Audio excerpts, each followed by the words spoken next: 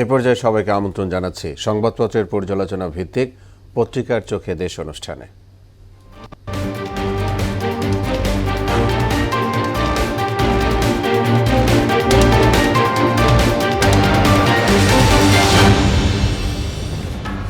অনুষ্ঠানে আজকের অতিথি মোহনা টেলিভিশনের স্পোর্টস রিপোর্টার কাজী পাপ্পু। কাজী পাপ্পু, আপনাকে স্টুডিওতে স্বাগত। ধন্যবাদ। আমরা শিরোনাম পড়ে এসে আপনার সাথে আলোচনায় যাব। আমরা দেখে নিব আজকের শীর্ষ দৈনিকগুলোর প্রধান প্রধান শিরোনাম কি রয়েছে। প্রথম আলো পড়ছি শিরোনাম, বিচারহীনতার বিরুদ্ধে বিক্ষোভ, নারীর উপর সহিংসতা, ধর্ষণ মামলার বিচার 90 দিনের মধ্যে। ইত্তেফাক, ধর্ষণ নিপীড়নের বিচারের দাবিতে উত্তাল শিক্ষাঙ্গন, ঢাকা বিশ্ববিদ্যালয়ের শিক্ষার্থীদের লাঠি মিছিল। ডোনাল্ড ট্রাম্পকে হত্যা চেষ্টা, গুলিতে যুবক আহত। ধর্ষণ নিপীড়ন, নারী বিদ্বেষ রুখো, বিক্ষুব্ধ দেশ। 25 বছর পর বদলা নিয়ে চ্যাম্পিয়ন ভারত, সমকালের শিরোনাম ছিল। বাংলাদেশ প্রতিদিন, উত্তাল সারা দেশ, লাঠি মিছিল। শিশু নারী কেউ নিরাপদ নয়, হার্ডলাইনে যাবে সরকার। শিশুটির পক্ষে আইনজীবী প্যানেল তারেক রহমানের। পরবর্তী সরকার প্রধানরা যা শিখতে পারেন। যুগান্তর, প্রতিবাদে উত্তাল দেশ, খুন, ধর্ষণ ও নারী নির্যাতন, সর্বোচ্চ নিরাপত্তা নিশ্চিতের দাবি। ঢাকায় টাকার উৎস কোথায় চলছে বাকযুদ্ধ, মুখোমুখি এনসিপি, ছাত্রদল ও ছাত্র শিবির। বণিক বার্তা শিরোনাম পর্ব, আমদানি নয় দেশীয় পণ্য 84% ভূমিকা রাখছে মূল্যস্ফীতিতে। সরকারি ব্যয় অপ্রতুল, বিদেশি বিনিয়োগে কোনো সাড়া নেই। The Daily Star, we can't stay silent any more. Pappu, শিরোনামগুলো আমরা দেখে নিলাম। আপনি জানেন যে একটি বিষয় দেশে খুব আলোচিত বিষয়, যে শিশু ধর্ষণের যে বিষয়টা মাগুরায় ঘটেছিল, সেই বিষয়ে মহামান্য হাইকোর্ট বলেছে যে 6 মাসের মধ্যে 180 দিনের মধ্যে বিচার কাজ শেষ করতে হবে। এবং সেই সম্পর্কে আমরা দেখেছি যে ঢাকা বিশ্ববিদ্যালয় সহ সারা দেশে লাঠি মিছিল এবং প্রতিবাদ করা হচ্ছে। এ বিষয়ে একটু আসতে চাই আপনার কাছে, আপনি কি মনে করেন? আসলে 180 দিন, এটা হলো আইনের যে ট্রামটা, মানে রুলসটা, সেই রুলস অনুযায়ী মানে আপনাকে এই 180 দিনের ভিতরে বিচার কার্যক্রমটা শেষ করতে হবে। গতকালকে আইন উপদেষ্টাও বলেছে 90 দিনের ভিতরে এটা সম্পন্ন করা যাবে। বাট আপনার 90 দিন হোক আর 10 দিন হোক, বাট আপনার সব কিছু 180 দিন। আইনটা তো একটা প্রক্রিয়ায় চলবে। আপনাকে প্রথমে চার্জশিট দাখিল করতে হবে, তারপরে এটার মামলা হবে, তারপরে সাক্ষী গ্রহণ, রিমান্ড, এভাবে কিন্তু একটা প্রক্রিয়ায় যায়, যার কারণে একটু টাইম লাগে। বাট আপনাকে শেষটা 180 দিনের ভিতরে করতে হবে। এবং গতকালকে যখন এই এই মামলাটা আদালতে ওঠানো হলো জাস্টিস ফারাহ মাহবুবের বিচারাধীন বেঞ্চে, তখন তারা কিন্তু এটাকে খুব সূক্ষ্মভাবে পর্যালোচনা করেছেন। এবং এই যে মামলার যে মানে ধর্ষণ হয়েছে যে শিশুটি, শুধু সে না, তার যে বোন রয়েছে, তারও বয়স কিন্তু খুবই কম, 14 বছরের একটি মেয়ে সেও। তো তাদের নিরাপত্তার জন্য অলরেডি কিন্তু 2 জনের একটা কমিটি গঠন করেছে। তাদেরকে দায়িত্ব দেওয়া হয়েছে যে তাদেরকে পর্যালোচনা করা, তাদের যাতে কোনো হুমকি ধামকি না হয়। এবং বিএনপি ভাইস চেয়ারম্যান, ভারপ্রাপ্ত চেয়ারম্যান তিনি তারেক জিয়া, তিনি কিন্তু একটা আইনজীবী প্যানেলও গঠন করে দিয়েছে যে এই যে বিচার কার্যক্রমটা যাতে কোনো সমস্যা না হয় এবং খুব সুন্দরভাবে একটা বিচার কার্যক্রম চলে, সেটার ব্যবস্থা তিনি করেছেন। এবং এই বিচার করার জন্য একটা আইনজীবীর যে ফি থাকে, সেই ফিটাও কিন্তু বিএনপির ভারপ্রাপ্ত চেয়ারম্যান তারেক রহমান বলেছেন যে বেয়ার করবেন।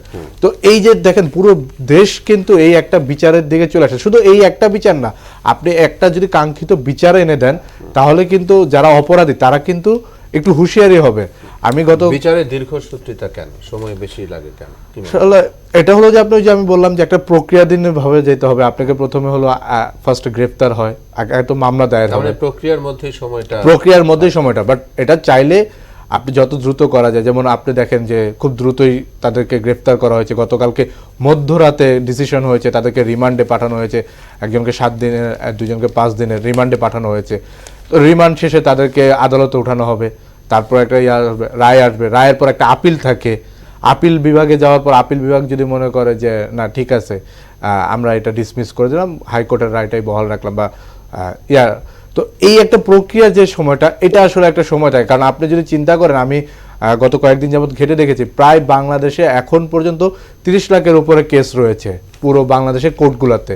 তো এটা কতটা দ্রুত দেখবে, যেহেতু এটা সরকার সেন্সিটিভ ইস্যু এবং সরকার এটাকে খুব ভালোভাবে হস্তক্ষেপ করছে, তো দেখা যাচ্ছে যে এটাকে খুব এগিয়ে এনে দ্রুত বিচার কার্যক্রম। আপনি বলছিলেন মামলার কথা, প্রথম আলোর একটি শিরোনাম যদি পড়ি, ধর্ষণ থামছে না, ফেব্রুয়ারিতে দিনে গড়ে 12টি মামলা। অর্থাৎ ধর্ষণ মামলা হচ্ছে ফেব্রুয়ারিতে গড়ে 12টি, বা অন্যান্য বিষয় মিলে আপনি বলছিলেন যে এতগুলো মামলা জট, আসলে এইভাবে যদি অপরাধ প্রবণতা যদি বাড়তে থাকে তাহলে মামলার পরিমাণও বাড়বে। এবং আমি গতকালকে বলি, আমি একটা প্রতিবেদন দেখেছিলাম, সেখানে তারা বলছিল যে 5ই অগাস্টের পর আসলে আপনি যদি আইন শৃঙ্খলা বাহিনীকে দেখেন, তারা অনেকটা নিশ্চুপ। আপনি অপারেশন ডেভিল হান্ট শুরু করেছেন, বাট অপরাধ কি বন্ধ হয়েছে? অপরাধ কিন্তু বন্ধ হয়। এরকমও বলা হয়েছে যে অপারেশন ডেভিল হান্ট শুরুর পরে অপরাধ বেড়ে গেছে। হ্যাঁ, মানে এরপর থেকে যে ছিনতাই, চুরি, ধর্ষণের ঘটনা একটা ভিন্ন বিষয়, হত্যা, বাসা মানে ঘরে যে মানুষকে মেরে ফেলতেছে, এই প্রতিদিনই প্রত্যেকটা থানায় লাশের খবর। হ্যাঁ, এটা দেখছি আসতেছে। আমরা। কারণ হলো কি, আপনার পুলিশ কিন্তু এখনো নিষ্ক্রিয়। পুলিশকে আপনি সেভাবে মানে অ্যাক্টিভ করতে পারেন না, কারণ পুলিশ এখনো কিন্তু তাদের ভিতরে একটা ভয় কাজ করে। আপনি দেখেন চিটাগংয়ের পতেঙ্গায় একজন এসআইকে যেভাবে হামলা চালানো হলো, তো আপনি যখন একটা কাজে যাবেন, আপনি যখন একটা একজন আসামিকে গ্রেফতার করতে যাবেন, তখন যদি আপনার উপরেই অ্যাটাক হয়, তখন পুলিশ তো ভাববে যে ভাই আমার সেফটিটা তো ফার্স্ট। আপনি যখনই যে কাজটা করেন না কেন, আমার সেফটিটা ফার্স্ট। তো এই কারণে কি পুলিশ এখনো কিন্তু নিষ্ক্রিয়, আর এই সুযোগটাই কিন্তু অপরাধীরা নিচ্ছে। আপনি রাজপথে আর্মি রয়েছে, ম্যাজিস্ট্রেট পাওয়ার দিয়ে রাখা হয়েছে, কিন্তু তারপরেও তারা যতটা চেষ্টা করে, আপনার তো আপনার আর্মি কতজন? আর্মি হলো অল্প সংখ্যক, আপনার পুলিশ কিন্তু সবচেয়ে বেশি, প্রায় 3 থেকে 4 লাখ পুলিশ বাংলাদেশে। তারাই যদি আপনার অ্যাক্টিভ না হয়, তাহলে কিন্তু আপনি এই অপরাধ রুখতে পারবেন না। এবং এখন থেকে আরও স্ট্রংলি যেতে হবে। এবং আমার মনে হয় যে সবচেয়ে বড় কথা, স্ট্রংলি পুলিশ কাজ করবে। নির্দেশনা কার থেকে আসবে? সরকার এটা তো থেকে? সরকার থেকে আসার কথা। স্বরাষ্ট্র উপদেষ্টা এটাকে হ্যান্ডেল করে। আমি খুবই সারপ্রাইজ যে স্বরাষ্ট্র উপদেষ্টা মানে কিভাবে কি কাজ করে যাচ্ছে। তার অনেক কথাই তাকে নিয়ে হচ্ছে যে তার আসলে অ্যাক্টিভিটিসগুলা তাদের পছন্দ হচ্ছে না। সে চেষ্টা করছে। আপনি বুঝতে পারছি, তারাও যেন এটি বুঝতে পারে, প্রয়োজনে পদক্ষেপ নেয়। পাপু, আপনি খেলার মানুষ, ভারতের মঞ্চের শিরোপা সেই ভারতেরই, একটু জানতে চাই। আমাদেরও আজকে শিরোনাম ছিল আসলে এবারে চ্যাম্পিয়ন্স ট্রফিটা, মানে এবারে চ্যাম্পিয়ন্স ট্রফিটা না, আপনি যদি 2011 সাল থেকে দেখেন আইসিসির যে কটা ইভেন্টে রয়েছে, সেখানে ভারত সবসময় ফেভারিট তালিকায় ছিল। এবং এই যে এইবারের চ্যাম্পিয়ন্স ট্রফিতে ভারত চ্যাম্পিয়ন যখন সেমিফাইনালটা চলে আসলো, যখন অস্ট্রেলিয়াকে ভারত হারিয়ে দিল, তখন একটা মাইন্ড সেট আপ সবারই হয়ে গেছে যে ভারত চ্যাম্পিয়ন হবে। বিকজ অফ ভারতকে রুখতে পারলে একমাত্র অস্ট্রেলিয়াই পারতো। নিউজিল্যান্ড কালকে চেষ্টা করেছে, বাট আপনি ভারতের যে বিশাল ব্যাটিং লাইন আপ, সেই ব্যাটিং লাইন আপে আপনি 251 রান টার্গেট দিলে সেটা আসলে খুব একটা কার্যকর হয় না। স্পিন উইকেট সবই ঠিক ছিল, বাট আপনাকে মনে রাখতে হবে যে একটা দলে যদি 8 জন ব্যাটসম্যান রান করতে পারে, সেখানে 251 রান, মানে নিউজিল্যান্ড ম্যাচটা ছিটকে গেছে। তারা স্টার্টিংয়ে যে 30-40টা রান যে কম করেছে, সেখানে এই ম্যাচটা তারা পিছিয়ে পড়েছে। জি পাপু, আপনাকে অনেক ধন্যবাদ আমাদের সঙ্গে সময় দেওয়ার জন্য।